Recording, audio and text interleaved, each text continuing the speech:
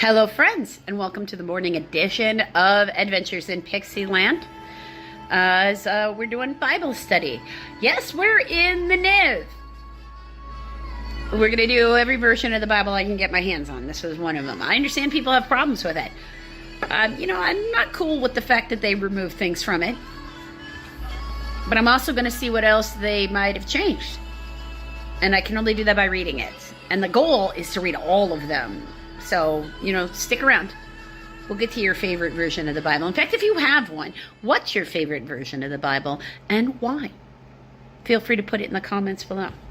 I don't have a favorite version. That's part of this. How can I have a favorite version if I haven't read them? I have to read them to know which one, like all of them, to listen to the differences, to see which one is carrying a vibe. Because remember, all books are edited for a reason. The Bible didn't just always exist. The early church had to decide things to put in there. In fact, I say that when you get to the other parts, when we're in the letters, when we're in the era of Paul, the Apostle Paul. Some of those things he wrote were personal things, and he wasn't expecting them to be in the Bible. So I think about that. These are all individual scrolls that somebody decided to put together in book form. That's what the Bible is. So somebody was picking and choosing.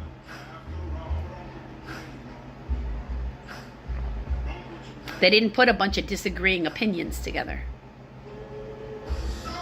Got to read it all. Somewhere, wherever it overlaps, that's where you have truth. The greatest in the kingdom of heaven, the book of Matthew, chapter 18. And of course, we're going to do all of chapter 18, which takes us to verse 35. Chapter 18, verse 1. At that time, the disciples came to Jesus and asked, "Who is the greatest in the kingdom of heaven?" He called a little child and had him stand among them. He said, "I will tell you the truth. Unless you change," this is to the apostles, "unless you change and become like little children, you will never enter the kingdom of heaven." Why? Because they're trying to play the game of one-upmanship, competition. The intention of competition is contrary to the love vibration, and therefore will keep you out of it. Therefore, whoever humbles himself like this child is the greatest in the kingdom of heaven. Ego will keep you out of heaven. Verse 5, "And whomever welcomes a little child like this in my name welcomes me." So whoever who is nice to children, especially in the name of Jesus, is nice to Jesus. Because if you welcome the little children, you welcome Jesus. To him, they're saying they're one and the same. How you treat children is part of your test in this life of whether or not you're a good person, which is really what gets you into heaven. You have to be a good person to get into heaven. I'm not telling you what the definition of good person is, because that changes culture to culture, place to place. You know if you're hurting people, and you know if you're not. And if you're not, then keep doing what you're doing. If you are, stop it. You don't actually have that right. You're just a big jerk. Stop looking for excuses. But if anyone causes one of these little ones who believes in me to sin, like if you feed them your BS and tell them they're allowed to do things that you know that they're not supposed to be doing, because you know you're not supposed to be doing it, but now they're repeating your crap behavior while they're children, right? It would be better for him to have a large millstone, this is very heavy, okay, around his neck, and to be drowned in the depths of the sea. If you come at children and you are unrepentant, Jesus has something to say to you. Don't come for the children. That's how, and in society we sort of have a root, like if you got that right.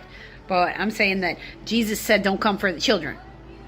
Verse 7, "Woe to the world because of these things that cause people to sin. Look at these poor examples that are trying to justify their behavior so that you sin the way they sin. Such things must come, but woe to the man through whom they come.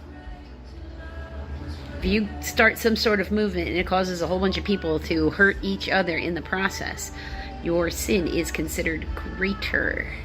Now, he still has forgiven all sins. But Jesus has the right to have a bone to pick with you that has nothing to do with me. I can't make him forgive you. I can't even make him forgive me. Let's get real, okay? I'm just a person. I'm a minister, but being a minister just means I consciously choose to bend the knee to Jesus. And the reality of what that looks like in this moment is I'm just reading the Bible, man. I don't have the ability to send you to hell, and I don't have the ability to keep you from it either. If your hand or your foot causes you to sin, cut it off and throw it away. It is better to enter life maimed or crippled than to have 2 hands or 2 feet and be thrown into the eternal fire. You have a responsibility for removing from your life what it is that causes you to have temptation. Now, it doesn't mean you have the right to run around and yell at people for making you feel tempted.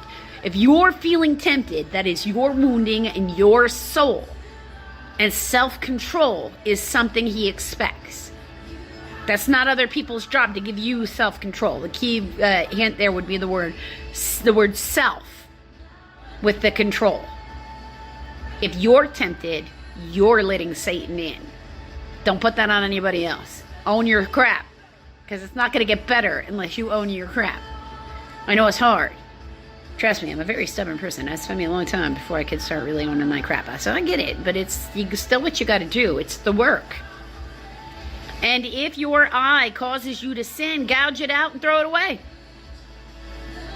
It is better to enter life with one eye than have 2 eyes and be thrown into the fire of hell. Now, I'm not recommending you self-harm. That's a terrible thing. Don't do that. It's really, remember, most of this, their parable is their language. And really what they're doing is not any different than what I'm doing. I'm contextualizing. Because remember, these were real people, not just fictional characters on a TV show. Real people. Real people, so real emotions, real things. So he's trying to find a way to use a language that makes you stop and think. And this is the language they used during his time frame to make you stop and think. We use different language now. I'm really good at translating that kind of intention behind the lesson. Because like I said, my brain does the cliff notes. Now, I'm also, I'm a human, so it's going to be through my lens. Feel free to debate. Don't attack me. Let's discuss the content. If we're attacking each other, we're not doing what is intended here. The parable of the lost sheep, verse 10. See that you do not look down on one of these little ones. Don't think you're better than even children. That's ego. It's pride. Don't do it. For I tell you that their angels, like they have their own angels in heaven, always see the face of my Father in heaven. See. Some manuscripts just heaven. So every child that dies goes to heaven. That's how I interpret that. Now, there's going to be people who argue with that. By all means, let's go debate back and forth. Now, in their culture, in their society, by the time you were 10 days old, you've already been what we would consider for our equivalent of our society, like christened or baptized, or, because even within the Christian faith, they have different names for the exact same thing. The thing that happens when you're a little tiny baby and they bless you with the holy water, and usually your godparents are named. Whatever ceremony you want to call that. Because, I was in a variety, so let me explain. My family wasn't particularly religious, the ones that were actually around me. There were some that were, mostly they weren't. I, through friends, like through friends' families, through friends' parents, because I asked, found my way to a variety of churches. So I don't have any one specific religious indoctrination to spew, because I've been to so many, and we moved a lot. We moved every 2 to 3 years of my life until I hit 8th grade. So that's a lot of different. I've moved 14 times in my life, because I kept moving even after I hit adulthood, before I settled in. Okay, so whether or not you go through the baby ceremony, to me, if you're a baby and you've died, you go to heaven. You haven't had a chance to sin. But then I was raised in Protestant religions. It's not that I never went to Catholic church. I did. It just was not for me. So it didn't vibe for me. So, you have to actually have a chance to do something before you can sin. Babies really just to eat, sleep, and poop, mostly, until they get to a certain age. None of those things are sinning. Like, by that thing, then every animal in the wild also is always sinning. But no. Nor are we as grown-ups sinning when we do any of those things either, because we do those things as grown-ups too. So I'm like, no. That's just, no. So, yeah, they all live. Now, again, in this culture, they would have already gone through their baby blessing ceremony. That, if you're a Catholic, you believe in original sin, and it would have already been removed from you. So if he's talking to pulling over a 3-year-old or a 5-year-old or what, however old this kid is, if they're Jewish, they've already gone through this. So he already knows that they've been sanctified. Right, so verse 12. What do you think? If a man owns 100 sheep, and one of them wanders away, will he not leave the 99 on the hills and go look for the one that wandered off? I mean, he comes from shepherds, right? Because he's from the line of Jesse. And they were shepherds. David was a shepherd before he was a king. And if he finds it, I tell you the truth, he is happier about that one sheep than about the 99 that didn't wander off. In the same way, your Father in heaven is not willing that any of these little ones should be lost. Now, because that is a really big thing in the Old Testament, because the local deities in the area, the surrounding area, and there are not, it's not fair to try to equivocate them into any of the modern religions that we currently have. Because the 3 primary modern religions that we currently have is some form of Christianity, some form of Judaism, some form of Muslim. I'm not trying to break them down into their smaller subcategories. There's far too many. But those 3 broad ones still all only believe in one deity, and they just disagree about how he is to be worshipped. And for a variety of reasons, which I am not getting into. Okay? Because that doesn't matter. If the core values are the same, we have something to work with, and we can have real debate. And we can really grow from that real debate. But if we're going to equivocate and think we can treat somebody like they're not a human being because we disagree with one of those factors, then we don't have anything to start with. Right? First, you have to approach the world like it's figure-outable. And some people just don't. Yes. He cares what happens to every single individual child. There is no category that a child can be in that makes it okay for you to treat them like garbage. They are innocent. And if you are an adult and you are treating them poorly, that's it. You're the one at blame. There's nothing else. Don't come with a but. Don't come with a no. You are the one who is wounded. Go heal. You are the one who is a danger to society. Go heal. If children are not safe with you, you are unwilling to care what happens to them when they are in your presence. And there's some form of child that you could just be like, I'm not going to do anything, even if they were to, something happen to them, they get hurt, they whatever. You're the one who's damaged, go heal. He's not giving you any room. A brother who sins against you. That doesn't mean he's telling you not to forgive anybody. He's telling you to be accountable. Are you a grown-up?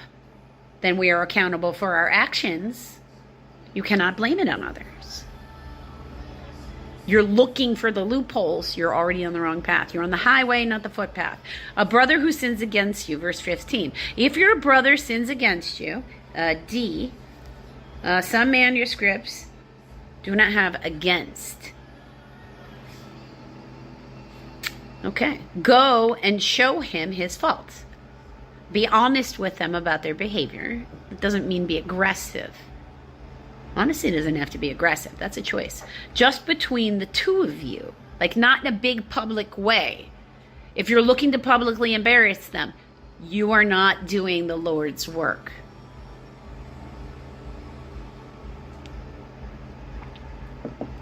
You try privately first. Because people respond better to gentleness.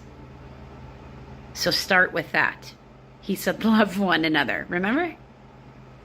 If he listens to you, you've won your brother over. Like, good. That's the way it's supposed to work. But if he will not listen, take one or two others along, so that every matter may be established by the testimony of 2 or 3 witnesses. E. That's from Deuteronomy 19:15. You have to make sure it's not just your perception of the situation. You need to go get other people. What if they can be convinced and it's just you? Your delivery, your way, your relationship with that person. Maybe their reaction to you is so strong that it can't be. Maybe somebody else is the helper that can get to them, here and in here, so they will behave right. Right now, I'm also not telling you what behave right looks like. Because again, there's a difference between religious dogma and spirituality. I have a belief system and I'm a minister. I'm not telling you I'm a minister of this particular faith or Christianity as a belief system, but not, hey, I'm a Baptist or a Methodist or a evangelical or which I really think evangelical is a style of preaching. And it's probably pretty close if you were to say so. But a religious dogma. You must follow these religious rules or you're going to hell. No, I can't tell you if you're going to hell. He tells you if you're going to hell. If he refuses to listen to them, tell it to the church. So you can escalate. So think of it as like, if he refuses to even listen to the church, treat him as you would a pagan or a tax collector, which is not well. It's just not well. So it means shun him from the church. If he won't listen, if he won't change his ways, you have to remove yourself from them. But you're allowed to escalate if you think of it in a sense of an intervention, like with drug addicts, but with a sin addict, because we can become addicted to anything, including a type of sin. I tell you the truth. Whatever you bind on earth will be, or as have been. So in the process of binding it, you already make it happen simultaneously. What you do here on earth happens simultaneously in heaven. As above, so below. Plus quantum entanglement says 2 points are always connected. Okay? Will be loosed in heaven. Again, I tell you that if 2 of you on earth agree about anything, you ask for it, it will be done for you by my Father in heaven. For where there are 2 or 3 come together in my name, there I am with them. You don't need a big congregation to be in church. If 2 other people watch this video because here I am speaking the name and the word of Jesus and reading from the Bible, poof, it's church. If 2 people are sitting in a room right now watching this video at the same time, congratulations, you're at church. I go to church every day, right here in my own home, because that's how much I love Jesus. I don't want to have to leave the house to go find him, because he's right with me wherever I am.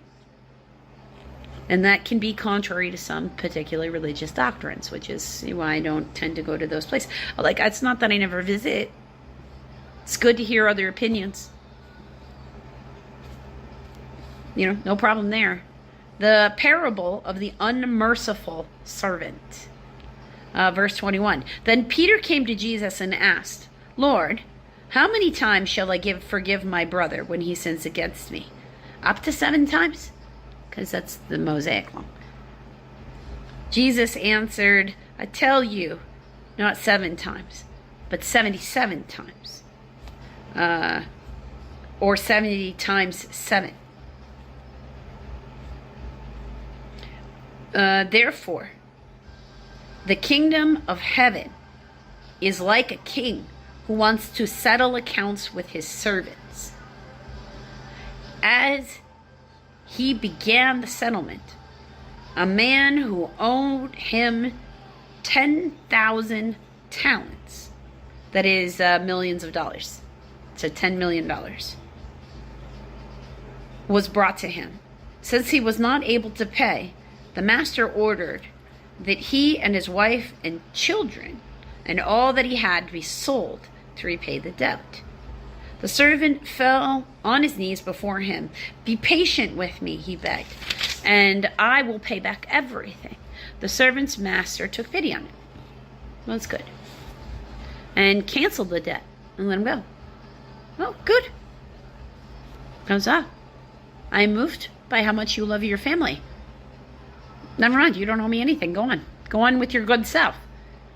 But when that servant went out, he found one of his fellow servants who owed him 100 denarii. That is a few dollars. He grabbed him and began to choke him. Pay back what you owe me, he demanded. His fellow servant fell to his knees and begged him, be patient with me and I will pay you back. But he refused. Instead, he went off and had the man thrown in prison until he could pay the debt. Ooh. When the other servants saw what happened, they were greatly distressed and went and told their master everything that happened. Master, this person, it's like he won't be at work because this other person got him thrown in jail. He went and did drama. Then the master called the servant in. You wicked servant, he said. I canceled all your debt because you begged me to. Shouldn't you have mercy on your fellow servant just as I had on you? In anger, his master turned him over to the jailers to be tortured until he should pay back all he owed. This is how my heavenly Father will treat each of you unless you forgive your brother from your heart. So we always reap what we sow. The kingdom of heaven is pure love vibration. So if you've got malice and you want to do one-upmanship and I got to put them in their place and you're aggressive and that's your like kind of, and I get it because it's a trauma response from a place of wounding. So I'm not being judgmental. I've been in that energy. So I understand what it is and the struggle that it can be. There are all kinds of things I had to remove from my world. TV shows I had to stop watching, stuff I had to remove because otherwise I was engaging in that aggressive behavior afterwards far too easily. So first remove that stimuli, then go heal whatever makes that happen. Because if you don't ever take the time to go heal it, you're always going to have that reaction. And it's just going to be a series of other stimuli that bring it about. Because it's a trauma that needs to be dealt with. Do unto others as you would have others do unto you is still valid. And I chuckle because for the first time in a while, instead of starting my day just with this and then going and watching my own other energy readings that I put on this channel, which to me is just another tool I use. to keep myself centered and balanced, because that's what I do. I basically tell you this kind of drama might want to pop off. Remember who you are. Stay centered, because that's what Creator needs you to do, so you can be the light that you anchor into the world, because you have a light to anchor in this world. So for the first time in a long time, I watched that first. And I just don't. It's been years since I watched that first. And I basically listened to me go, why are you watching this first? You're supposed to go do what centers you before you consume anything from social media. What are you doing? But while you're here, remember that you're loved. And other people don't get to decide what kind of day you're going to have. So now you go do you, boo-boo. So you can be good to the world. I know it's a longer video. Thank you for sticking with me. Let's be good to the world today. Let's remember that we're supposed to treat everybody like they could potentially at least be as innocent and sweet as sweet little children when they're coming and communicating with you. Until they show you that their intentions are malice. Don't assume you have the right to put them in their place because of something you're feeling on the inside. It's not how that works.